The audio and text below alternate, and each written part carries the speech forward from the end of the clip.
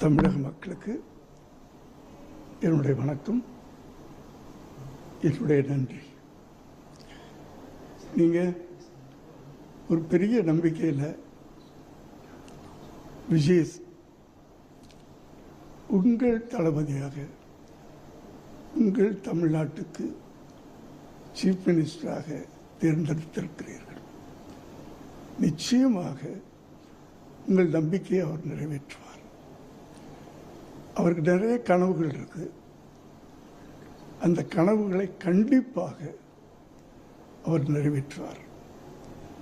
உங்களுக்கு அனைவருக்கும், தாய்மார்களுக்கெல்லாம் உங்கள் பாதம் தொட்டு நன்றி நான் தெரிவித்துக் கொள்கிறேன். தோழர்களுக்கும் நண்பர்களுக்கும் என் பிள்ளைகளுக்கும் அத்தனை பேரும் அவர்களுக்கெல்லாம் என்னுடைய வாழ்த்துக்களை தெரிவித்துக் கொள்கிறேன்.